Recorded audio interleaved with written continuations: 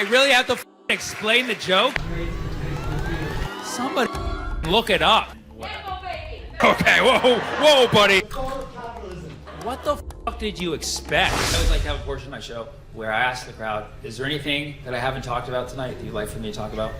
Yes. The Great Replacement Theory.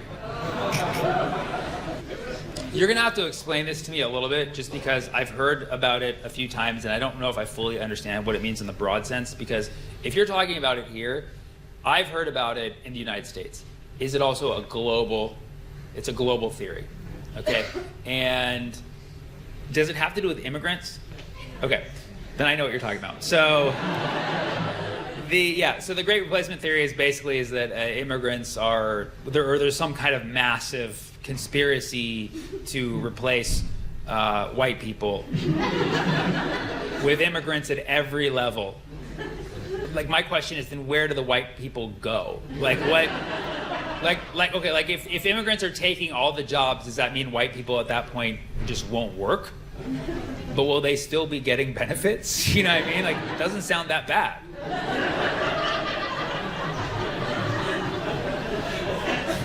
White people just kicking back and getting benefits while all the people of color work? Dude. Sounds like plantation times all over.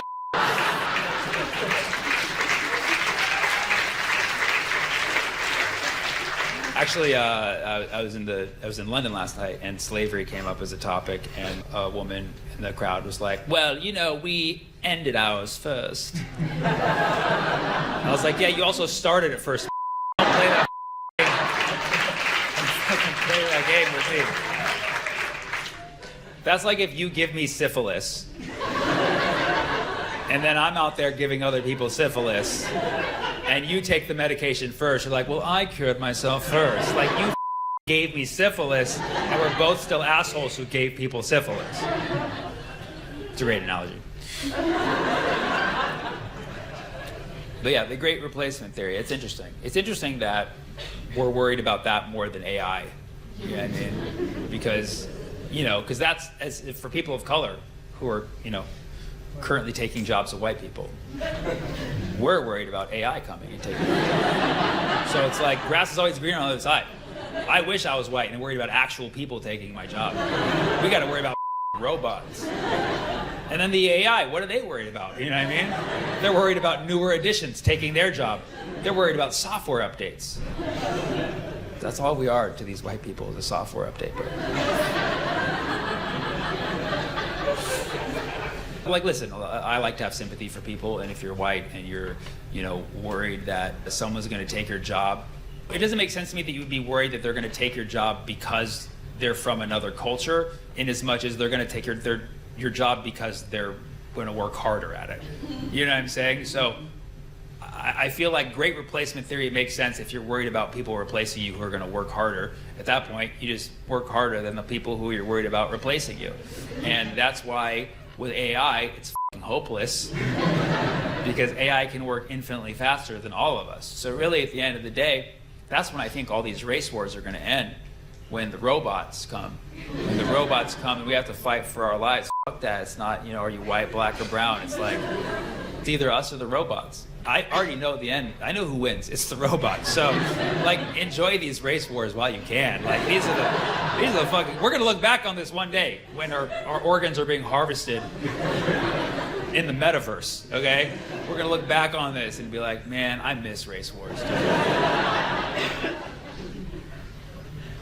What else? Being an ethnic minority in a Western country. Being an ethnic minority in a Western country. Replace it. Didn't we just talk about that? Being an ethnic minority. I mean, yeah. In the United States, we're always like, our Republican politicians are always like, look what's happening in Europe. Look what's happening in Europe. They're gonna do it here. Like, what's happening in Europe? Like, they're baking a lot of baked goods. Is there any country in Europe that actually has a substantial, very significant rise in an ethnic minorities population? And I mean, I'm talking 5 to 10 percentage points. France. Okay. So and who is it? Algerians. Oh, what a surprise! It's literally just like Britain complaining about Indian and Pakistani people. It's like, what the fuck did you expect?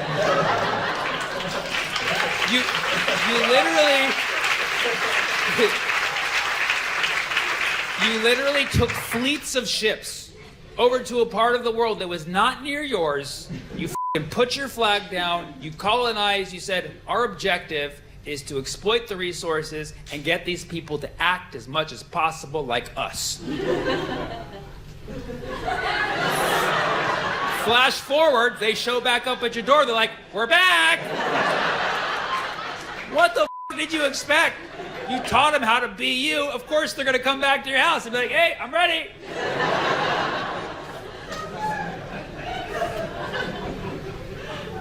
Great. So Algerians taking over France.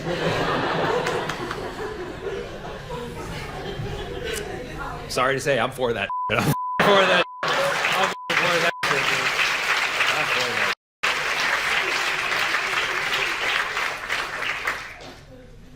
All right. Anything else? Far-right leader compared to herself to Here in France? Yeah. She was condemned to stealing 4 million euros from the European Parliament. Oh, wow. Conference afterwards, after she was fined, and she said she was persecuted like Martin Luther King. Wow. Wow. You sure it was Martin Luther King and not just Martin Luther? So, okay. So, far-right leader, what's the party called?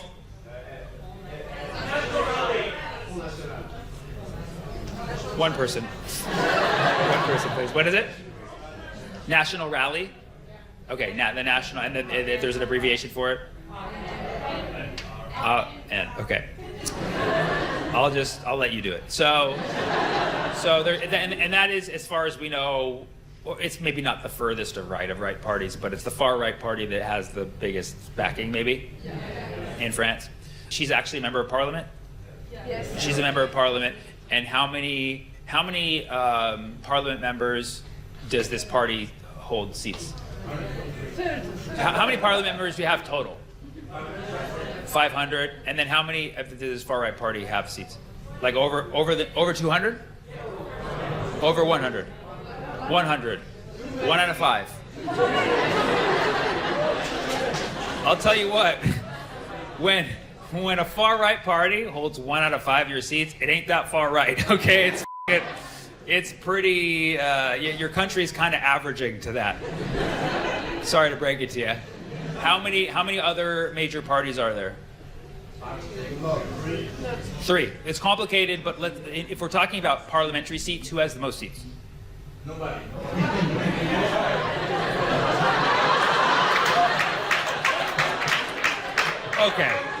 Okay, guys. Let's act like adults here, okay? I can count, okay? Unless they all have an equal number of seats, one motherfucker has more seats, okay? That's how numbers work, all right? Sorry to break it to you. You can't just write off your politics. Well, they all have the seats. They all have... Well, nobody has them. I don't know. I can't count. There's so many. There's so many seats.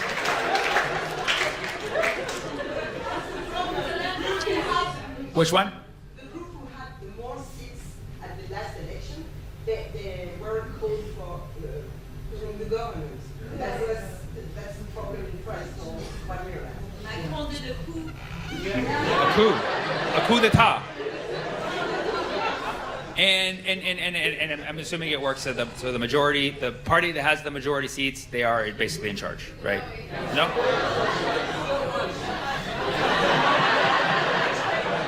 Like, not so fast, American. You do not understand us.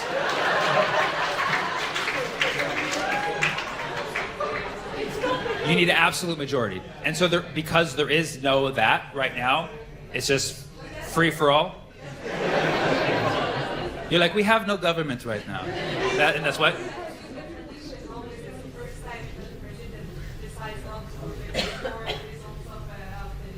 Oh, so for the first time, your president is ignoring the results of an election.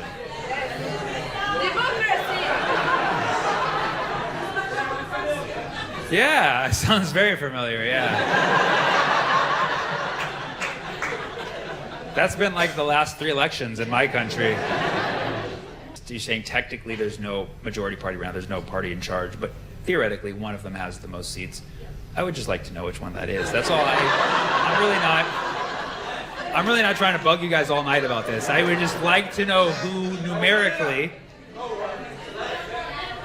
It's the far right one? No. Somebody had. It's a coalition, so there's several parties within the. Okay. I see the technicality that we're hung up on. Okay. So let's start by counting coalitions as a unit. Okay. So the coalition of the left has the most seats, but Macron, he what? He refused to give them the ministry. Why is that? Because he what? He can't. He can't legally, or he can't. He can legally, but he refuses to because he's busy.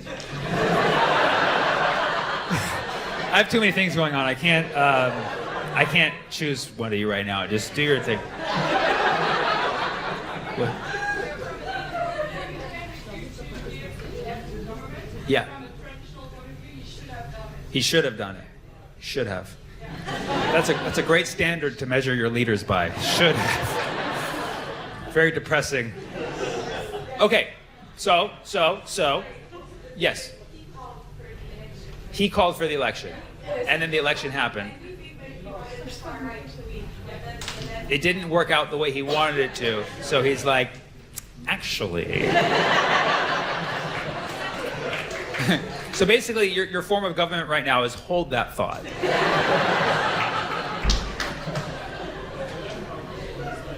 The left are pro-Palestine? The entire coalition? Okay, whoa, buddy. Whoa. We're not living in the dream world yet. So like the Liberal Party averages to like a liberal Zionist, right? Right, more or less. But within, there's a handful of left parties. How many? You say 4 or you say 1? There's 2. 4, 2, 4, 4, 2, 4, 4, 2, 2, 4, 4, 4, 2, 4, 4, 2, 2, 2, 4, 4. I feel like we're on a recurring algorithm right here. 2, 2. So it's 4. It is 4. It's been. I see more 4s in the hand. So there is about 4 parties, and within that coalition, is there one of those parties that really is the majority? Yes. And which one is that? The which one? Elephant? Y'all are Republicans? What's that?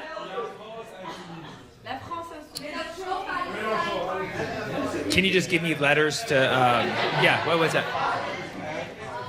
The Greek letter phi. I'll work with that. So that's yours? L? LFI. Nailed it. LFI. LFI. They spelled life incorrectly. LFI. Okay, good. That's why I thought elephant. That makes sense. Okay, I'm not just hearing things. So LFI is it holds the majority of seats within this Democratic coalition. Approximately how many seats does LFI have? 80, which is still less than the far right party. Okay, and then outside of this leftern coalition that has 4 parties within it, the majority having 80 seats, you have this far right party, and then what? And then Nepo Baby, is that the party's name? Are they just like really? Are they just really like on the nose about it? They're like, we're Nepo Babies, all of us.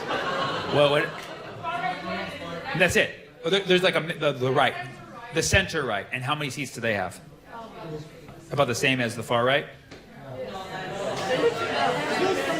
Somebody look it up, dude. I've been up here asking the same question for 20 minutes.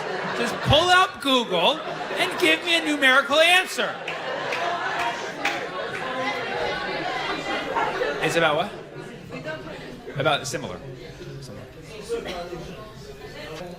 Oh, okay. So the biggest party within the center right coalition also has about 80, but the center right coalition has 100. Oh, it has 80.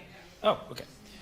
So literally, it sounds like the singular party with the most seats is the far right party. Yes.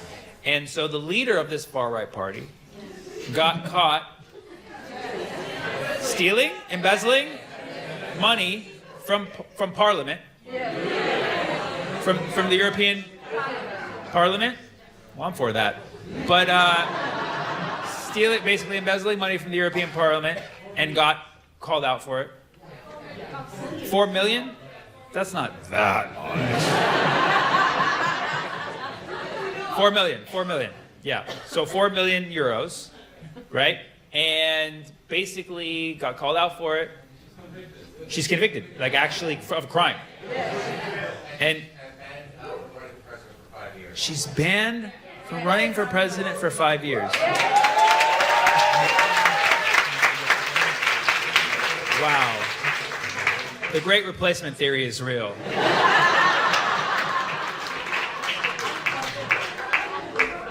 But what? MLK, so, and Martin Luther King Jr., right? The same one that I'm familiar with, right? She said, wow,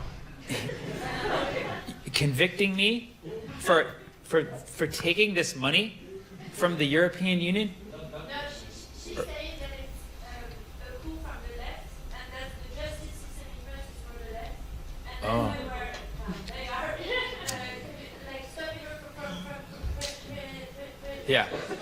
Yeah. And she said, is she denying that she did this, or is she? Oh, she's saying, she's like, I never seen that money. They're saying no. Is she denying or is she not denying? She's saying I maybe saw the money.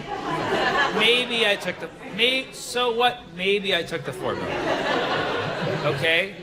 She's like, maybe I took the 4 million, but you know what? I have a dream.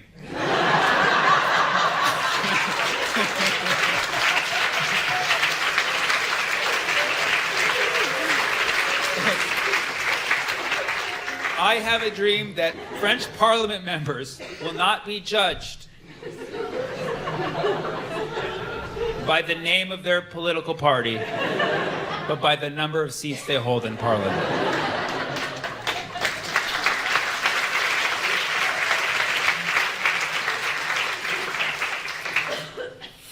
Better keep away from a window, for a balcony. All right. So that happened. What else? Yes, you have a question, yes. You mentioned Michael Moore, but you didn't mention... I mentioned Michael Moore? Oh, Macklemore. It's like, I did not bring up the director, Michael Moore, once during this entire show. I like what he says, but I did not bring him up.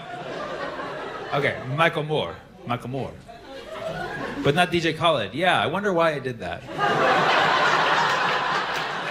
She's like, you did not give credit to the great DJ Khaled.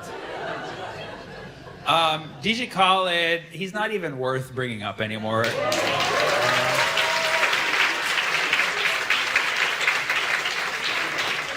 Dude he's Palestinian by blood, and literally has mentioned it maybe a couple times in his career, but since the genocide of these last few years, not one statement. He even appeared on Late Night with Jimmy Fallon, and they brought out maklouba, famous Palestinian dish, and they're like, oh, we brought your favorite dish. He's like, oh, maklouba. They're like, what is it called? He's like, maklouba. Didn't even mention that it was Palestinian. And then they just watched him devour it right there. He's like, oh, maklouba. And it was just so stupid. And like for a while, he had to disable comments on his Instagram because everybody was so pissed at him. Like he would just post a video of him eating in front of his kids, and people would just comment, you fat talk about Palestine. Like it was really bad. But anybody, people should just know we've disowned them, and there will not be another one.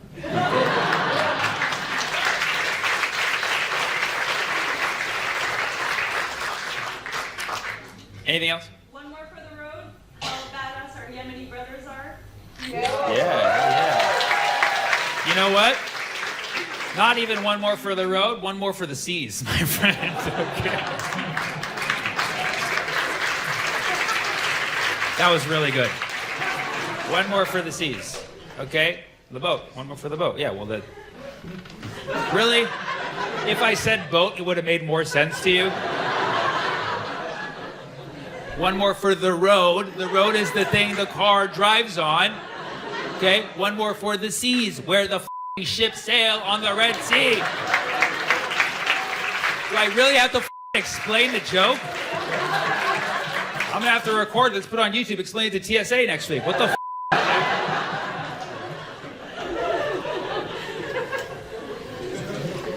What's that? Yes. Yeah.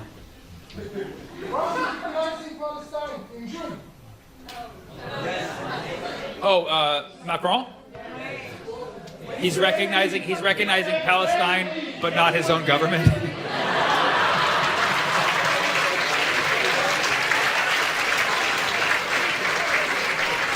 I mean, if it works, it works. That's how much in political gridlock he is. And he's like, oh, you know what? I'm going to recognize Palestine.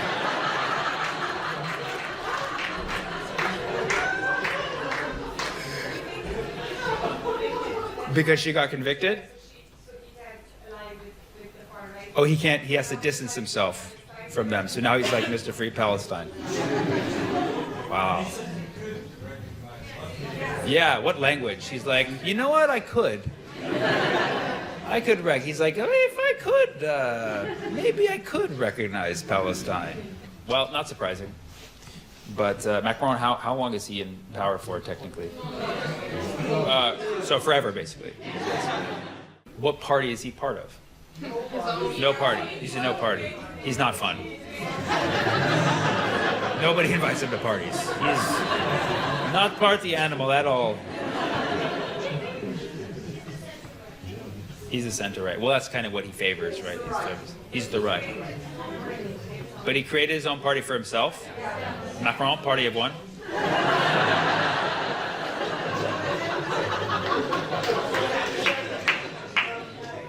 He what? His party had the same initials as his own name. Oh, really? EM? Huh. So that's funny, because his party's name is EM, and that's kind of what he does to stall when he can't make a decision. He's like,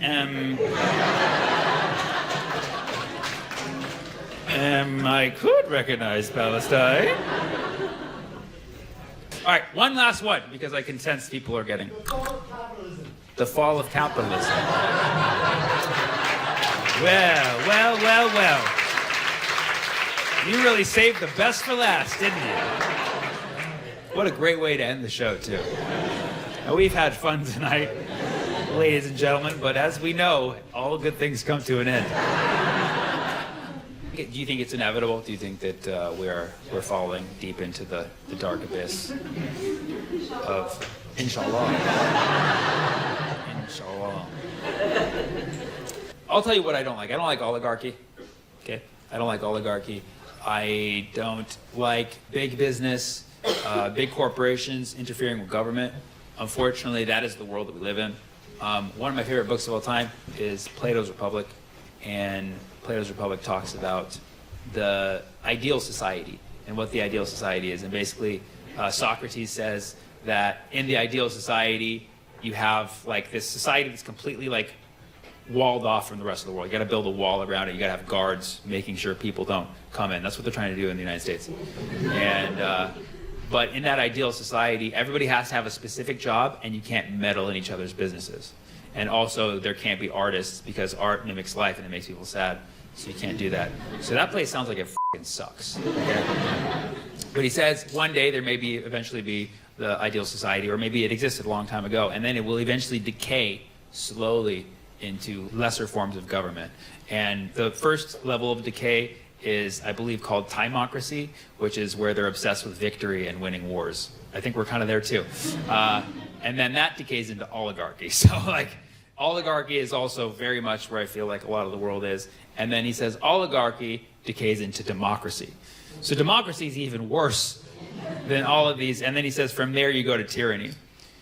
The cool thing about Trump is he took us from 5 to 1, like in the first. just like within a month. It was really, really awesome. But when it comes to capitalism versus socialism, I'll ask an honest question, okay? Who in this room identifies, like, firmly as a socialist? Okay, great. That is about 25 people in a room full of 300, okay? Now, notice this difference when I ask this question. Who here firmly identifies as capitalist? One person, okay. Okay, you're okay. You're okay. See, it's very rare that people are willing to admit this. I hate to fucking break it to you. We're all capitalist pigs, okay? We live in a fucking capitalist society, and unfortunately, we do actually consume things that are products of capitalism. Doesn't mean that you have to support the ideal of it. You have to support it to the fullest extent. However, we are living in a capitalist society, and we're also getting the pros and cons of it, whatever. I've never personally lived in a socialist government. I don't know what it's like. I've heard stories of it working. I've heard stories of it not.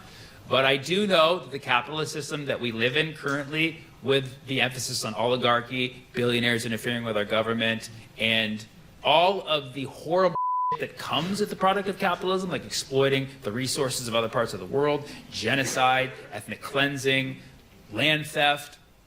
For all that reason, this particular form of capitalism that we have is not sustainable, and I agree with you that it is rapidly falling apart. I believe the Western Empire is crumbling. I believe that soon enough, the Great Replacement will happen.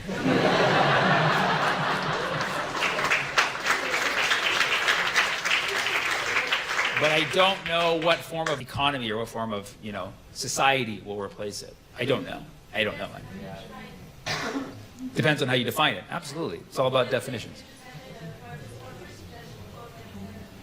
Right. End of the day, most people are going to want some kind of private property. Like if I run up and take your sandwich, you're going to be like, that's my sandwich, Unless you preemptively cut the sandwich in two. And then now we both have a sandwich. So, yeah, how small do you want your sandwiches? I think that's the big question. How small do you want your sandwiches? So that's your homework. I want you guys to think about that. So yeah, fall of capitalism, I don't know. I guess it is happening, but I don't know if it's the fall of capitalism in general or just this particular form of capitalism that we have. I know that it is not sustainable. But I will say, keep buying tickets to my shows because those are not going to be free. You understand me? Okay?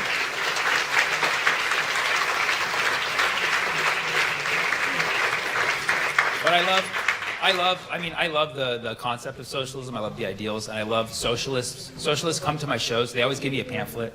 They're like, check it out. It's good. Read it. I'm like, trust me, I've read it before. They're like, no, this one's different. I'm like, no, they're all the same. Socialism. And I always have the conversation with my socialist friends and comrades, if you will. I always have the conversation because I like to hear what they say. And I never want to alienate anybody who has a specific point of view. So really, I treat my socialist fans the same way like I do my gay fans. Like, I let them think that I could be so they keep showing up.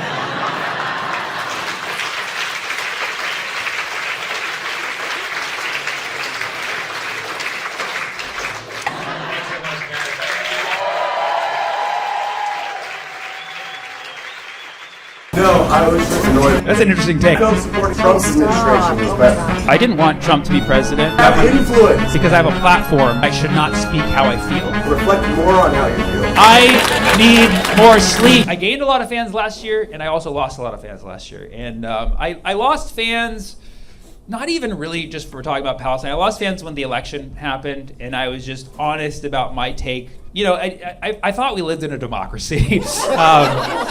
Where like you're free to say this is what I feel, and I didn't know that we weren't really in a public democracy, But anyways, all I said was that I just didn't feel comfortable voting for the administration that was actively genociding my friends and family, and that's all that I said. That was just a feeling that I had, okay? And I knew people were going to disagree with that, and it's fine. But they unfollowed me and they let me know on the way out. They had to let me know. They're like, oh, what do you say? What is Trump's gonna be worse? Trump's gonna be worse. And turns out maybe, okay? Then there's the talk about, well, Trump said this and Trump said that. It's like, you can't take everything Trump says seriously, okay? If you do, you will die. Do you understand? Trump has this way of using executive power to make it seem like he's doing things that are not that hard to do. Like, for instance, changing the Gulf of Mexico to the Gulf of America. People were like, thought this was like a magic trick. They're like, whoa, like, this could have been done a very long time ago, and it was not hard for him to do. Also, a lot of people don't know that he had to make a deal with Mexico in order to do that. Yeah, I don't know if you know this. In order for him to change the Gulf of Mexico to Gulf of America, now the giant mall in Minnesota is called the Mall of Mexico. You didn't know that, did you? You didn't know that. The Mall of Mexico in Minneapolis. And they only take pesos, and it's... Those were all the things that I wanted to talk about so far. Is there anything I didn't talk about tonight you'd like for me to talk about? Candace Owens. Candace Owens? Okay. Can do. Anything else I can throw in there in the mix? ChatGPT, you said? ChatGPT in the context of comedians' career. I love it. You gave me like a lens. Do you want to give me a location too and a theme? So like ChatGPT, comedians' careers at the mall on a Tuesday with Candace Owens. And? Harm reduction. You said harm reduction? Yeah. Ooh, interesting. Let's explore this a little bit. Harm reduction, is this like a broad philosophical concept? The concept of doing things that they harm the minimum number of people. Say it's a Sociological thing. We're going to minimize harm. Yeah, like voting for Joe Biden reduces harm against Black Americans than voting for Trump. Okay, wait. I mean, you're saying such as statements like that, okay, right? Okay. Some people did not agree, but that is kind of funny. Could be true. We don't have the data on that, but it is kind of funny that it's like you have to vote for a president that's incapacitated to be better to Black Americans. Like, how up of America is that, where you got to vote for the guy? If you vote for that guy, it's going to be better. I don't know if it's true or not. I don't know if it's true or not. Okay. So, harm reduction. Were you hoping that that was the specific thing I was going to look at with it, or something else? No, I was just somewhat annoyed with the equivocation. The equivocation of what? Of voting for either party. Oh, when I said it? Not now, or not before, but slightly now. Because now that Trump's in power, I feel like you should have better context to understand that there was reduced harm in voting for the other party. Okay, let's look at this, because this is a very hot topic, okay? First of all, that's not how I vote. I don't vote from a projected reduced harm, because you never know. I don't trust a single politician, and who knows? Let's say you're 100% right and Biden became president again, which I don't think anybody wanted, by the way. I think that's an interesting take. Like, we should have gone back to Biden. Like, that's a very unique take.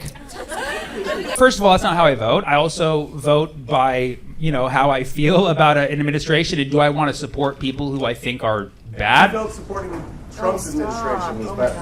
Here's the thing. I get where you're coming from. You like to see it as, if you don't vote for this, you are voting for that binary, but that's not how I see it. I believe that democracy as an institution can only work if we actually have freedom of choice in who we vote for.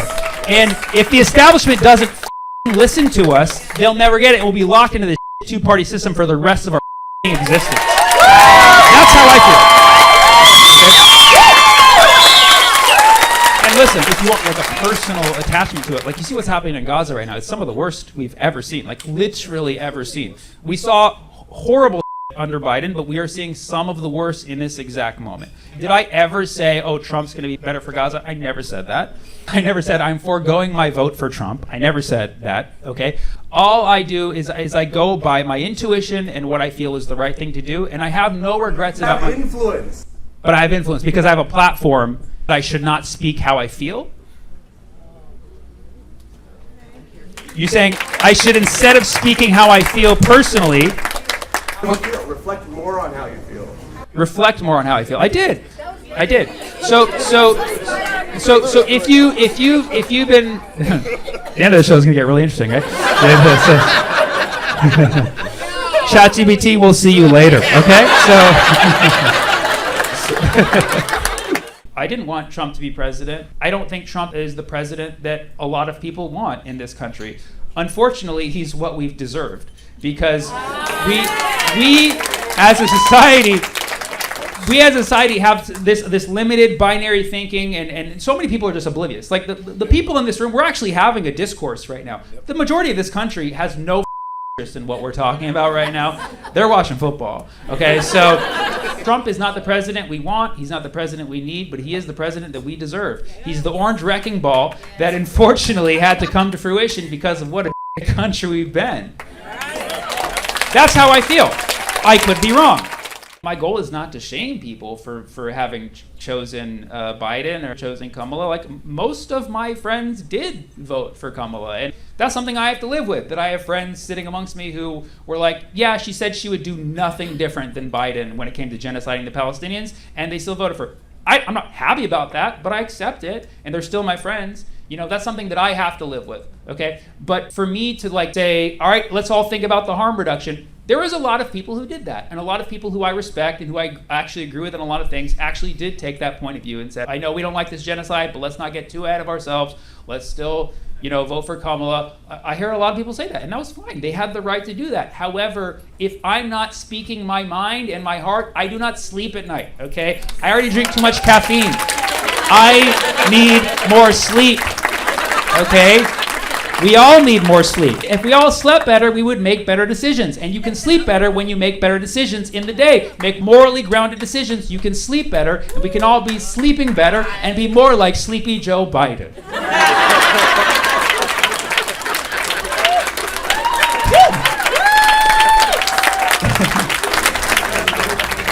Yes.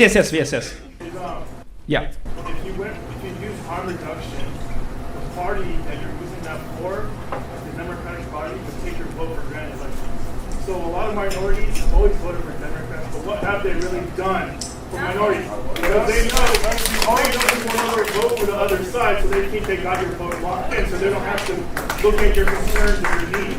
I very much agree with this point. To reiterate, basically, for example, in my case, I'll make it about myself. If I had voted for the Democrats, it would have signaled to them like, yeah, we can basically get away with it. And the people who despise are still going to vote for us because they know that we are the harm reducers, right? Which, again, I don't even agree with. But yes, like, I don't like that. I don't like that people are like, yeah, they'll still with us because they have to. I don't like that. I don't do toxic relationships, and I don't do toxic administrations. I'm sorry. I don't do that. There's so many people in this world. There's so many different opinions, and I'm a mathematician, so of course I like to think macro. I like to think of like what is greater good. But at the same time, I have to make micro decisions. And if I'm not in harmony with my own micro decisions, then how can I expect the rest of the world to follow suit? I think that if everybody finds, right? Because I believe in harm reduction. I believe that one day we will have minimized harm to the greatest possible, okay? But also, we live in a capitalist society. We operate on money, right? So we need to keep that in mind, that like that's how the system works, and we need to figure out if we focus on ourselves, on the micro level, we can affect the max. So how do we get massive harm reduction? We focus on ourselves, but also think about money. That's harm money.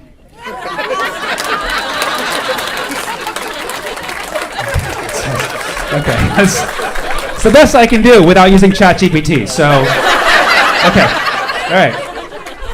Thank you for bringing that up, though. I think it's a good conversation. I'm literally getting into flame wars every day about it. So, you know, this was nice. Candace Owens would probably have a different opinion. The recent thing I've heard about Candace Owens is that her monthly views have surpassed Ben Shapiro's ever since she broke away from him. So, good for her. Good for her. Would she have been doing better under Joe Biden? I don't know. ChatGPT in the lens of comedians. Okay. Yeah, unfortunately, I've tried writing jokes with ChatGPT. They're worse than my own, believe it or not. Like, take the worst of my puns and, like, multiply it by 10. That's ChatGPT. But ChatGPT is still, like, in year 3. You know what I mean? Give it some time. It'll take my job. I can't wait till it takes my job. Seriously, it'll be a lot easier. So I don't think ChatGPT is going to take my job. I think it'll be DeepSeek, to be honest. I think I need that open source energy. You know what I'm saying? All right, give me a few other things. AOC and Bernie. AOC and Bernie. Is there anything specific going on with them other than a lot of recent fallout they've been having? Controlled opposition. Controlled opposition? Can you elaborate for me? Well, just this idea, that Bernie is going have all these people at his rallies, only to then turn around and support Israel and continuing the Yeah, I mean, that's the thing about Bernie. It sucks. Bernie it makes me sad. There's so many points in history where I'm like, yes, Bernie, like, I love what you're saying. And then he just turns around and says like an AIPAC soundbite. Right. Yeah. He takes money from AIPAC, right? There's only like a few. I know Massey is like one of them. It's not necessarily my most aligned politician, but like, you know, at the end of the day, Bernie takes money from AIPAC. He does an AIPAC soundbite here and then, but then he also says all these other great things. And it's like, you know, it's just one of these like, I don't know. He's like a sheepdog. People who don't know are just the sheep, just like, oh yeah, we're gonna fight the oligarchy, but Right. the Democrats are getting all this money Right. from the billionaires. Right. He's Luigi in the streets.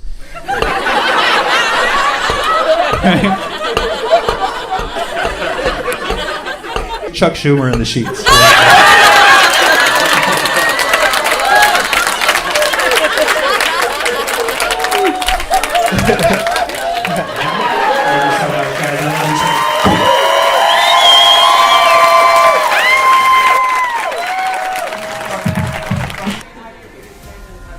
We appreciated everything you do for first time. And then he met me, boom, Netflix. Come on. She needs to shut the up, okay? What a great time to be alive, you know? Yeah. 2003 has been an awesome year so far. We're gonna get those weapons of mass destruction. I promise you. We're gonna get them. We're gonna get them this time. I know it. We're right around the corner. I'm just waiting for Colin Powell to pop out and be like, I love how you can see who's Gen Z in this room. Like, who's Colin Powell? Isn't that the lower part of the digestive system?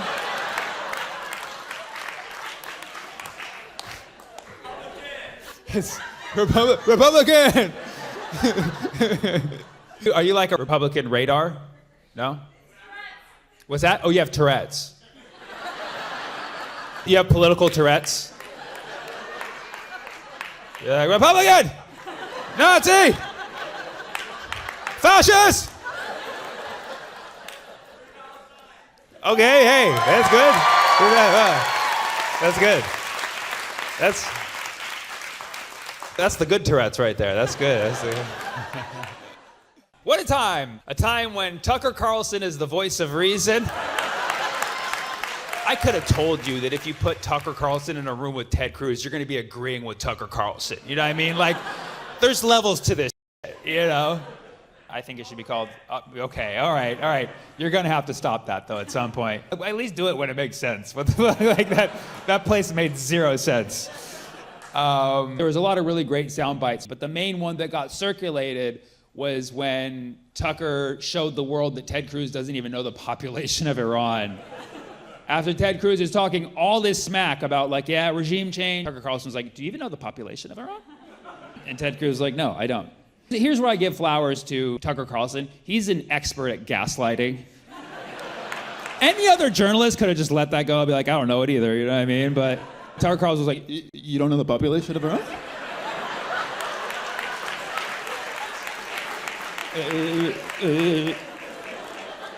You would think if you want to topple a country, you would know the population. You could see the stress building in Ted Cruz. He's like, I don't know what the population is. What is it? And Tucker Carlson's like, 92 million. Now, to be transparent, I didn't know their population was 92 million, okay? But I'm also not trying to stage a coup, okay? Iran does not have nuclear weapons because if they did, we would not be attacking them, okay?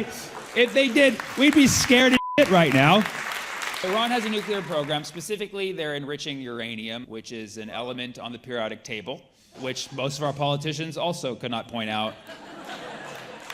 I guarantee all of these politicians who are saying that Iran should not have uranium could not point uranium out on the periodic table. If you put Ted Cruz in front of the periodic table and you'd be like, point to which one is uranium, and then you have Tucker Carlson like, you don't know which one is uranium? And Ted Cruz is like, no, I don't know. And then Tucker Carlson's like, it's 92. Because it's 92! It's 92! It's 92! Is that not crazy? Iran has a population of 92 million. Uranium is the 92 on the periodic table. That's a conspiracy right there. 92. What happened in 92? Bill Clinton? I don't know. 1 + 1 is 2, 911, 911. What? I don't know. I'm just saying, chemistry is an inside job. You really got to be in the lab all day. For those of you who don't know, Iran is a country in the Middle East. So Iran has a nuclear program, okay? And one person's really happy about that. They're in the process of enriching uranium. If you enrich uranium to a certain point, it can become weapons grade. And the cutoff for, okay, someone's building a bomb. The cutoff for weapons grade is it has to be at least 85%. But some say it needs to be more like 90%. If somebody built like an 85% bomb, they're gonna be like, that's kind of a lame bomb, you know what I mean? But it's like 90%, that's a good bomb right there. That's a good bomb. So you have to, yeah, 92. 92, so you enrich it to 92. Yeah. All right, got my writing team here. And I know you guys are thinking like, Sammy, how do you know so much about making bombs? I love chemistry, okay? Don't be racist. I watched a lot of Breaking Bad, okay? It has to be 85% to be weapons grade, and they only have it to 83.7. Okay, it's a little close. It's a little close. Everybody's like, they're gonna go higher. Well, it's like, obviously, because 83% is a B-. You know what I mean? Like, no Middle Eastern parent is gonna allow that to just, you know what I mean? Like, they said, no, you have to go higher. But 92%, then you go 95, 96, 97, 98, 99, boom, that's how you do. That's how you do. Middle Eastern parents, they want you to get the full 100, you know what I mean? Obviously, if you get to 95, they'll still love you, you know? For the most part, Iran has been complying with the inspections from the IAEA, who does the nuclear. You had this misinformation being spread for years, people in the West being like, Iran has nukes, they're gonna make a nuke. And Iran's like, no, we don't. In the West, they're like, no, Iran has a nuke. And Iran's like, no, we don't. The inspectors go in, they're like, yeah, they don't have nukes. And then the Ayatollah is like, I told you. Okay.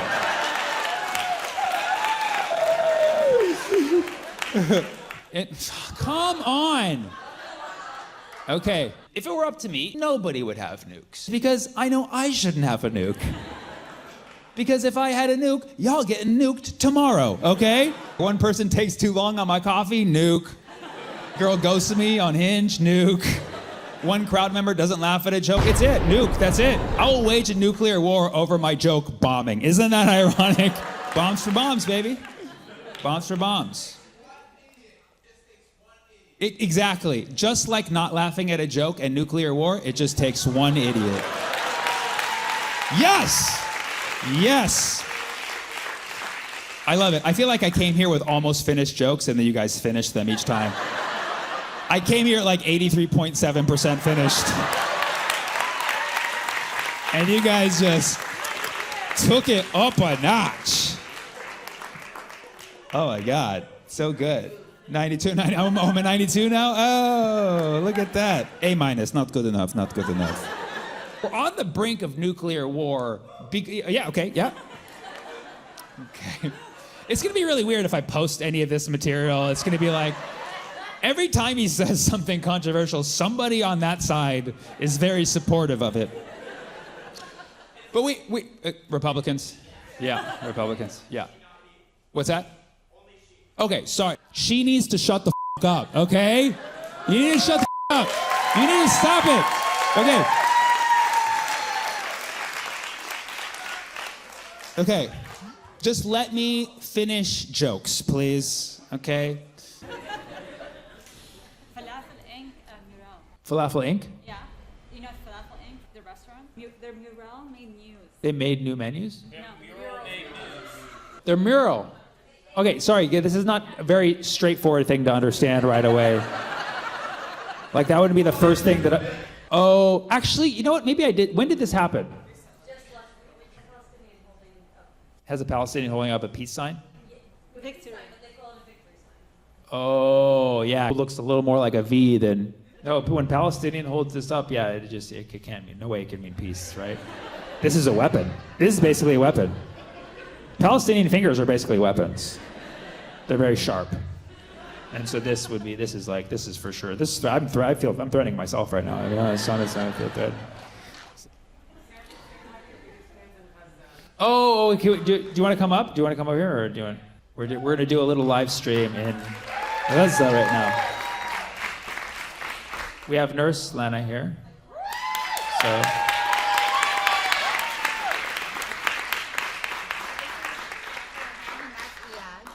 Hi. He's in his tent right now.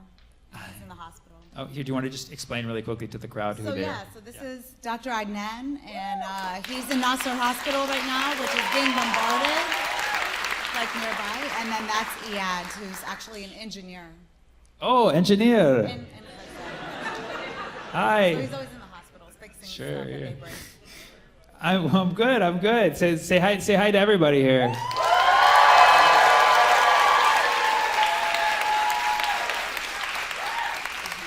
We love you. On behalf of everybody here, we love you.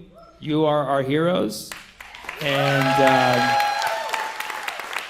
yeah. Appreciate everything you do for Palestine and for Gaza. Thank you so much. Shukran. I love you guys. Thank you so much. And he did the peace sign. He did the peace sign. He did the peace sign. That's good. Thank you so much, my brothers. We love you guys. I hope to see you very soon, inshallah. Thank you so much. Thank you so much. Thank you.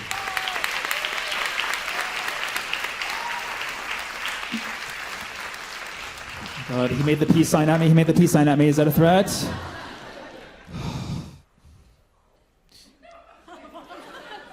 You okay back there? Did you fall or something? You hit the old chair? There was an old chair and there was a new chair? Chai, come out here. Come bring back Chai. Come on. Chai likes to come on stage at the end of the show. I think he just made that noise to be like, hey. I'm a bad bitch in that kind of way. You know what I'm saying? Like, hello? Like notice me. What's up? Are these my kids? No, I thrifted this shirt, and it's clearly like a Father's Day present. This is why you're not ready to be a father. You thrifted a Father's Day shirt for yourself. Why don't we blame the father that gave it to Goodwill? Like that's whose fault it is. I'm the father that stepped up, honestly. Yeah, come on. How did you guys meet? Yeah. Bumble. The truth is out. The truth is out now. Bumble BFF. Any other questions for us? Is your name actually Chai? Like Chai? My full name is Chai Tanya, but I'm saving Tanya in case I want to transition.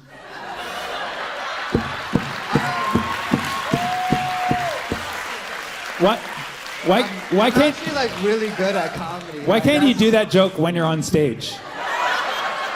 Chai. Because PBS is here. I don't want to It's too late. They recorded the whole thing. Made for families like you, not yours, but families like you. Thank you. I'm sorry. Please put me in the article still. I want to show my mom. Chai's mom calls him 3 times a day on the tour. God forbid someone's mother loves them. You know? Yeah, my mom texts me once every 2 weeks. Yeah, because shit, your mom knows you're a comedian. My mom thinks I'm at work right now.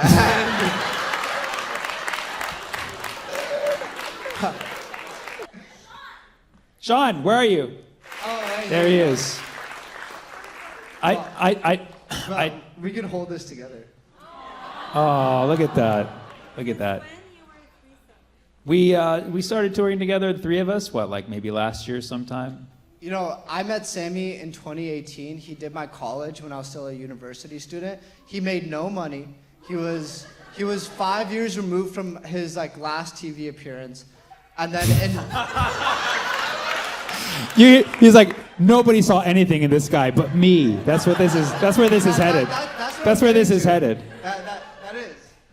You're like, Sammy was 5 years from his last TV appearance. He gets no bitches. And then he met me. Boom, Netflix. Come on, yeah. It's true. Chai, you just walked 3 people. You just walked 3 people.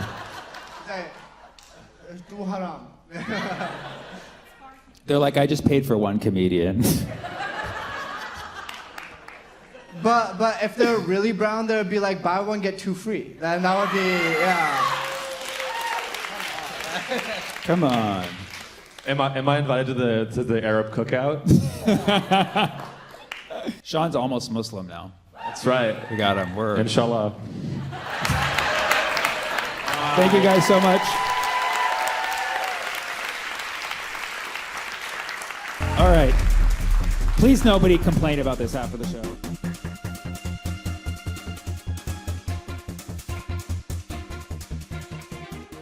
If nuclear war breaks out, this could be the end for them. Blood for blood.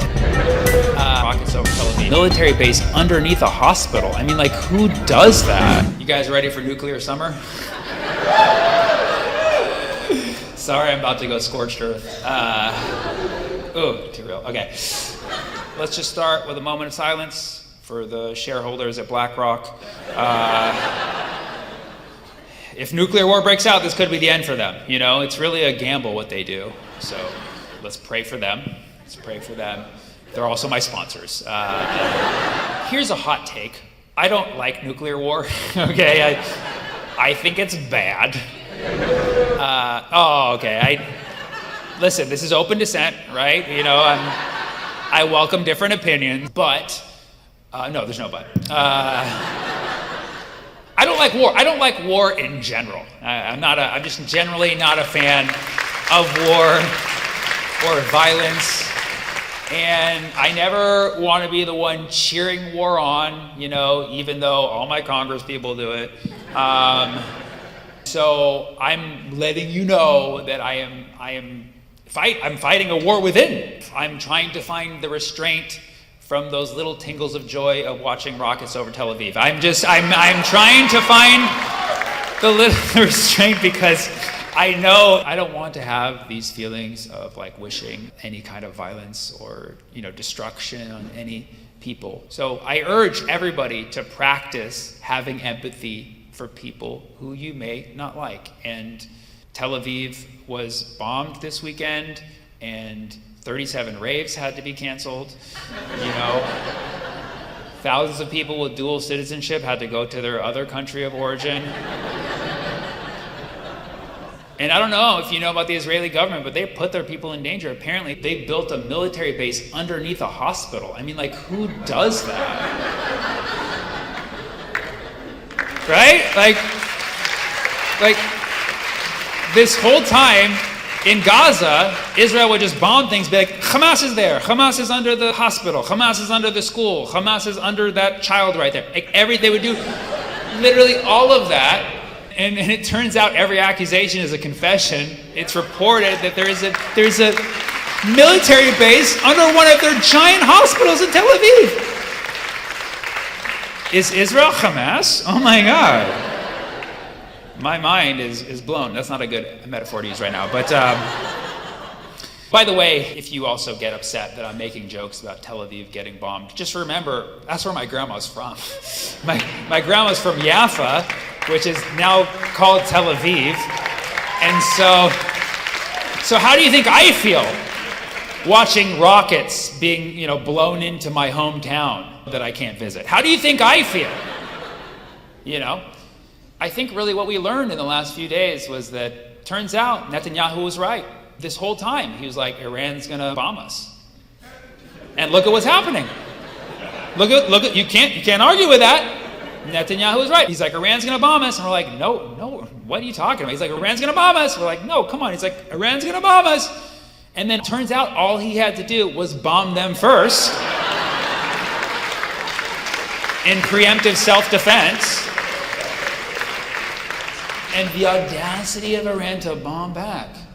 People are saying, like, wait a second, if Iran was gonna bomb you, why would you bomb them first? That's not self-defense, that's an attack. Yes, if time moves forward. You know what I'm saying? Right? That's the paradigm that you're operating in. But what if Netanyahu's in the reverse paradigm where time is backward? Then everything makes sense, right?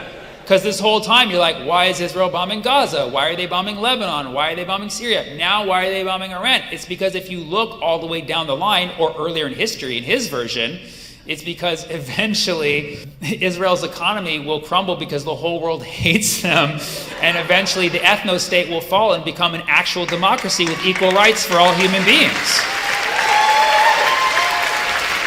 And that's called Palestine.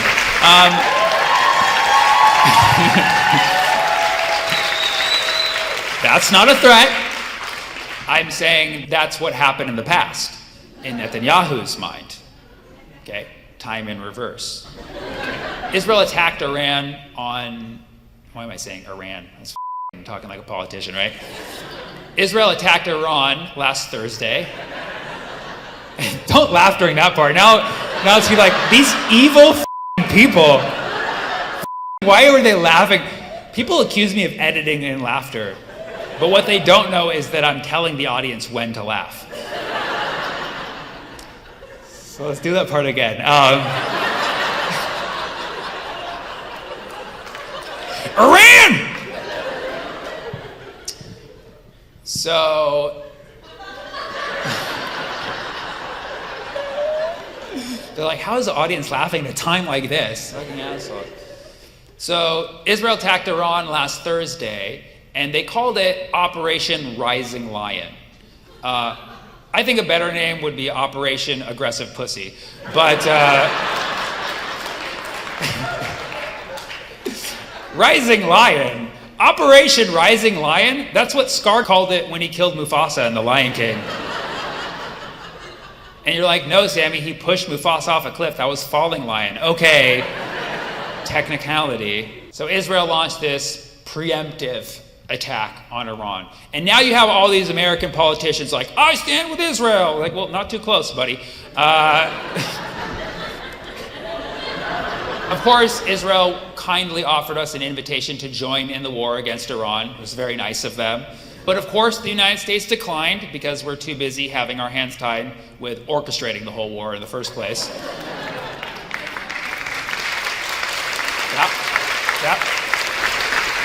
Yeah, if you want proof, this is a real thing. I saw it on the internet. The night that Israel attacked Iran, there was a spike in pizza sales right next to the Pentagon. Yeah, and apparently there's an app that tracks that, and they've measured that happens every time some giant military operation happens that the United States claims not to be involved with. But apparently the Pentagon staff is pulling all-nighters and ordering from every pizza spot imaginable. Which kind of makes sense, right? Because the US government just wants a pizza of the Middle East. You know what I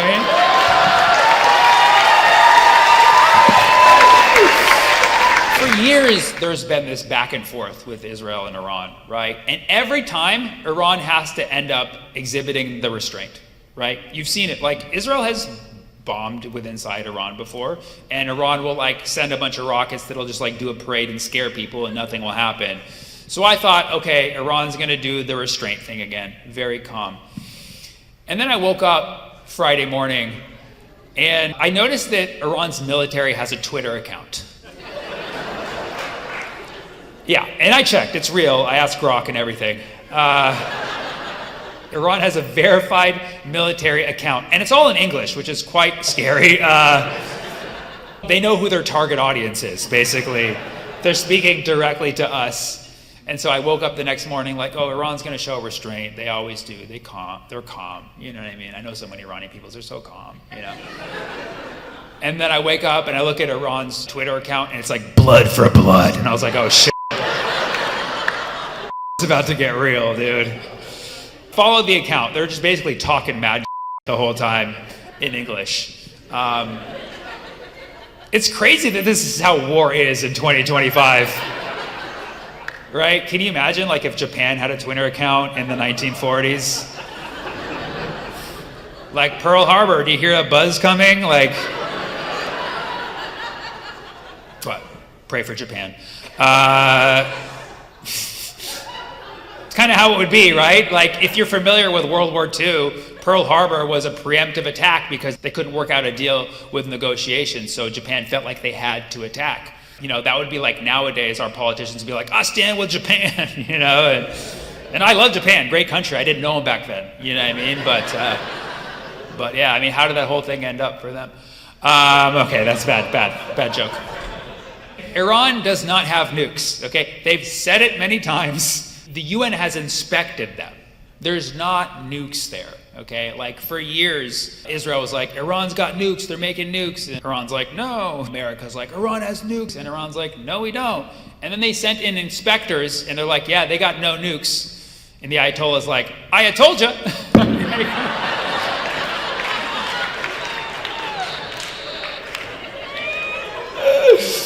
See, everything's got to have a punchline, right? Because it should be farcical. Oh, I like that. That's good. That's good. Such an elite reference, though. It's very farcical. You know, I love that. So Iran, they have a nuclear program, but there's literally no evidence of nukes. I don't know. I mean, I guess we could give the benefit of the doubt to somebody who's claiming that there's weapons of mass destruction in a Middle Eastern country. I don't know if there's ever been any precedent of that we should pay attention to historically. But I'm just going to do clean slate in my mind. If someone says we have weapons of mass destruction, I'm going to be like, yup, let's go get them. Iran does not have nukes. They have a nuclear program where they're currently enriching uranium. Okay? Uranium, which is one of the possibilities to make a nuclear bomb, but it has to be a certain level of enrichment. I might be wrong about this, but it has to be like 65% enrichment, and they're only at 63. Okay? So,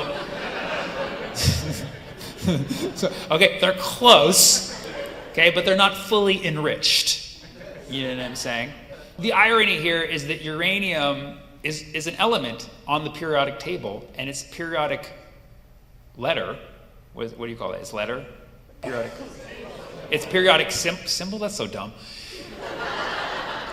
And its periodic symbol is just you, right? Which makes sense. It's typical Israel, always making it about you. Whatever. But we're talking about potential nuclear weapons, okay? Now, why are they called nuclear? Okay, because nuclear refers to the nucleus of an atom.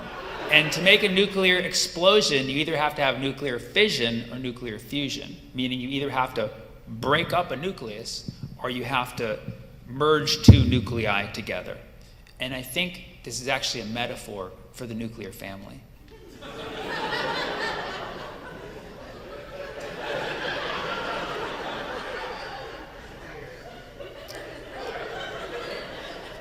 Because right now, the birth rate in America is lower than ever before. And we don't have the same old traditional family values that we had back when we were actually dropping nuclear bombs in the 1940s. Right? Go nuclear, go nuke. It's like, go nuclear in, go nuclear out. You know what I mean? Nuclear within, nuclear without. What I'm saying is stop tearing apart the nuclear family. That's a message for ICE, actually. Oh, now you're on board. Now you like it.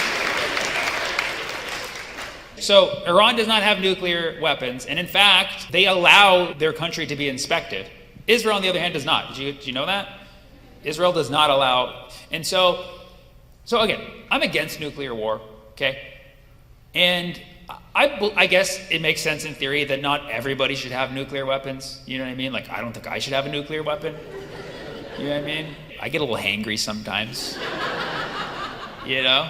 So I get it. Not everybody should have a nuclear weapon. And then you're like, well, Sammy, then we need somebody to decide who gets a nuclear weapon and who doesn't. I'm like, okay, logistically that makes sense.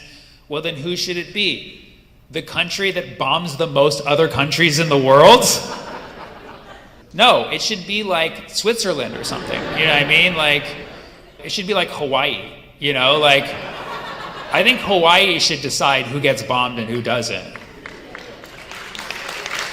Right? Mahalo.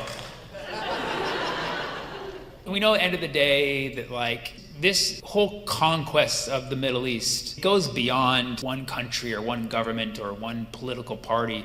It goes deeper into the Western world's economic imperialism of the world. You know what I'm saying? And yeah, it's not just about the Middle East. You see it You know, you see it in Asia, you see it in Ukraine, like you see it in all these other places in the world. And in this particular instance, we're fixated, or we claim to be, caring about uranium. The irony here is that when uranium is oxidized, it actually appears as a black rock.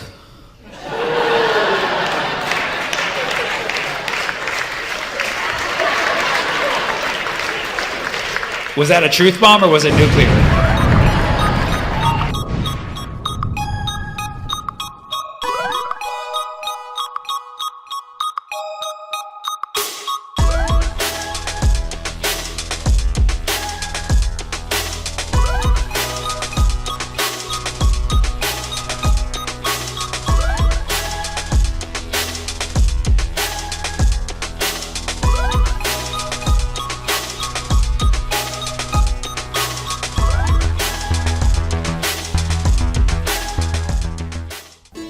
The 51st date, as in this one? Whoever gives me my guns. Whoever gives me my guns. I like it. You can't steal this land that we already stole, yeah?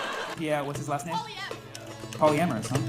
Yeah. Is that the correct pronunciation? I don't know if we need you guys anymore. I think that... but I still have time left. So what do you guys want to talk about? Tariffs? Oh shit, that's what's on your mind. The whole time you're like, when's he gonna talk about the tariffs? When? Sure, I'll talk about, okay. What are you, Trump? What's that? Sure, let's bring him back. Holy shit. I should have asked at the beginning, because I was like way off on you guys. I was like, oh, they're probably going to talk about like, you know, what's going on in the world. They're like, no, O.J. Simpson. And all of us are importers, exporters. Talk about tariffs now. I have a trade contract with China. But no, this was a full-on economics crowd.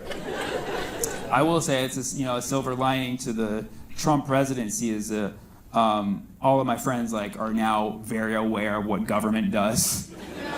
Like all last year, my friends were like, let's get brunch, you know, and now they're like, the government has 3 branches, executive, legislative, and judicial. There are 27 amendments in the Constitution. And it's all, everybody learned what a tariff was this year. It's awesome. Yeah. Tariff is just a nice way to say tax without saying tax. It's like the Netflix and chill of taxing. So what do you want to do? Come back to my house? Let's tariff. Another word for tariff is, it's also called duty, right? That's why when you go to the airport, you get things duty free. So you can also, you can also say it's tariff free, you know? It's also called customs. It's crazy because whenever you go to another country, you have to go through customs, right? And they say, are you going to declare some stuff? And you always lie and say no. And you bring like $100,000 of gold in your backpack and say, I do not declare anything. Because if you did declare it, you'd have to pay customs, which is a tariff. Now, obviously, Trump loves tariffs because I think his base just doesn't want to look up the word. Because the essence of being a conservative is wanting lower taxes. So you wouldn't want a tariff because the deception is that a tariff is placed on another country or people in another country, when that's not the case because the tariff is placed on the process and whoever's involved in the process ends up absorbing that cost at some point in the chain. So that's why tariffs can be very flimsy, because often you can impose a tariff and then the country can retaliate with their own policy, or someone's going to raise their prices and change things. They're very flimsy, you know? That's why tariffs they're like hairs. They tear if you pull them, you know what I'm saying? That joke's going to kill for children, okay? It's my children's economics class. I believe the discussion is 25% tariffs on some of your product, 25%.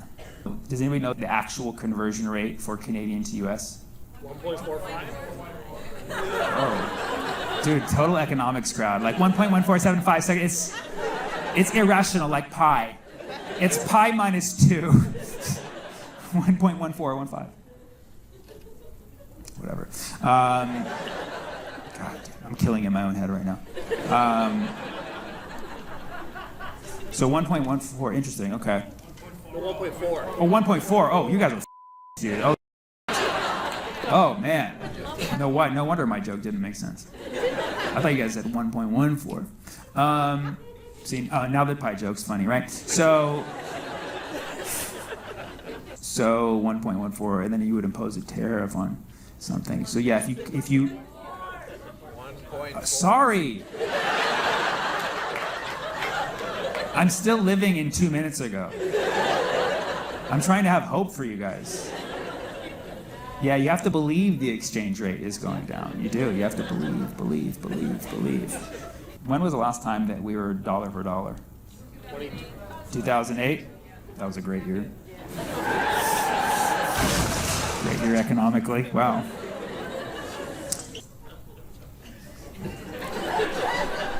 Where do we go from here? Apparently. China. Was that? Section 35 of the Canadian Constitution. Section 35 of the Canadian Constitution says what? What does it say?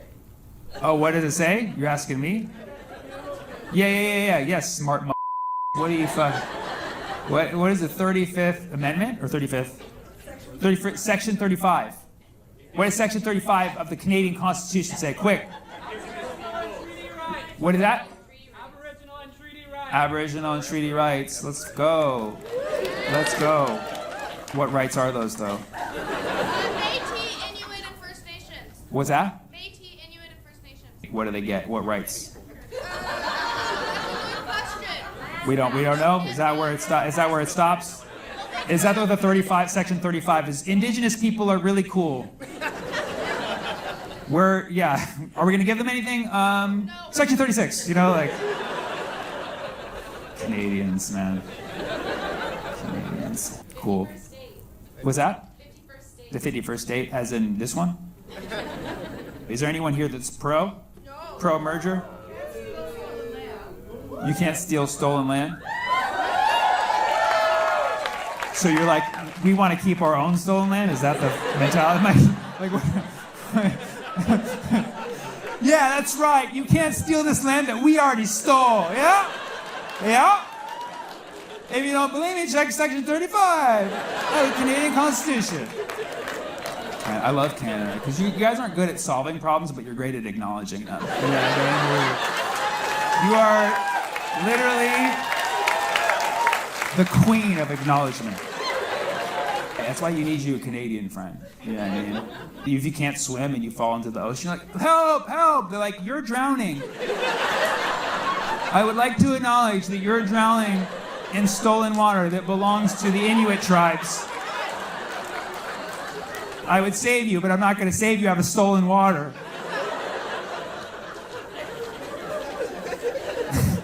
China's AI that made America lose $1 trillion.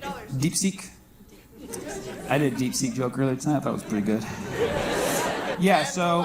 what was that? They banned all our guns. They banned all your guns? Yeah, we have no guns. A while ago, right? Yeah, 22s, because they're dangerous. When did they ban the 22s? In December, I think. Oh, in December? Oh, fresh. They surprised us. Oh, they surprised you.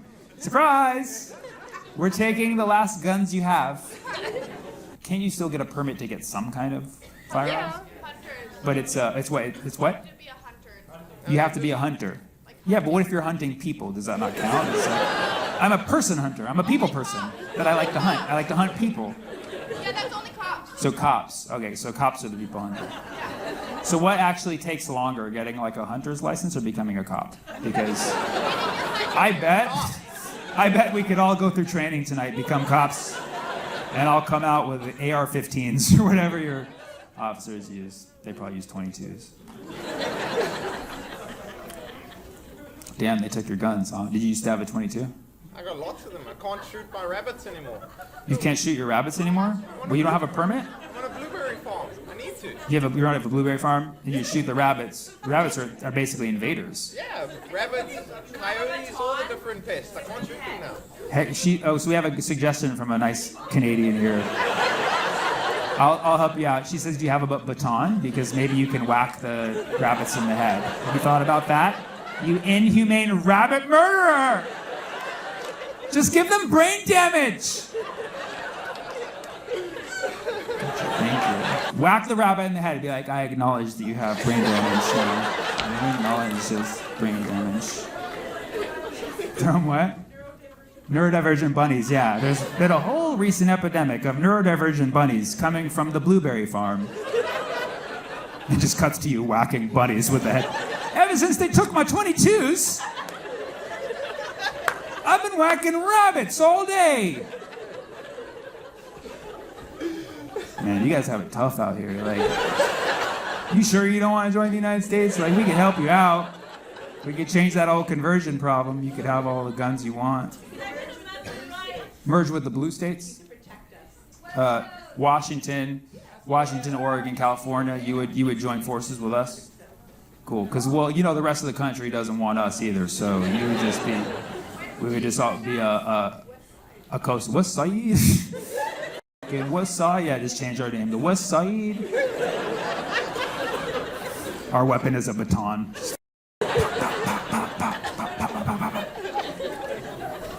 Seriously, you guys don't want to be connected to Alberta? No? You guys don't have friends in Alberta? You're like, but you don't want that. She's like, I do, but I don't like them. But Trudeau, you know, he's stepping down, right? What does that mean? Does that mean PL gonna take over? Does it mean PL? Who's gonna take it? Carney. Mark Carney? Whoever gives me my guns. Whoever gives me my guns. I like it. Single issue voter right here. I like it. I like it. Love it. What's Kearney's deal? Banker? Nice. Then maybe they will restore your economy. So they're probably not too liked, right? No? Kearney? Yeah? Yeah? Like more than Trudeau. So it goes Carney, Trudeau, Pierre. Is that the correct pronunciation? You call him Pee-Pee? Yeah, pee-pee. Lil Pee, you call him Lil Pee-Pee. Wow, the nation of maturity. You know what? I don't know if we need you guys anymore. I think that, wow. It's his initials. Lil Pee-Pee. Oh, Pierre, what's his last name? Polyamorous, huh? No. Yeah. I'm Pierre Polyamory. I have multiple partners in Parliament. It means rabbit hair. Does it really? Lièvre, his last name? Poilièvre. It means rabbit hair? This guy's triggered. Sorry, man. Poilièvre. He's like, I've been trying to shoot the poilièvre. There's poilièvre all over my blueberries. I'm a blueberry importer. Now I'm importing poilièvre every day. Break out the batons, quick. Pop, pop, pop, pop. Who would have thought you guys came to a show promoting violence to rabbits? Shame. Everybody's clapping too. That's like, whether it's batons or guns, we all agree Palestine will be liberated one way or the other. By any means necessary. Hey, thank you so much, Vancouver. I love you guys. I'll see you next time. Thank you so much.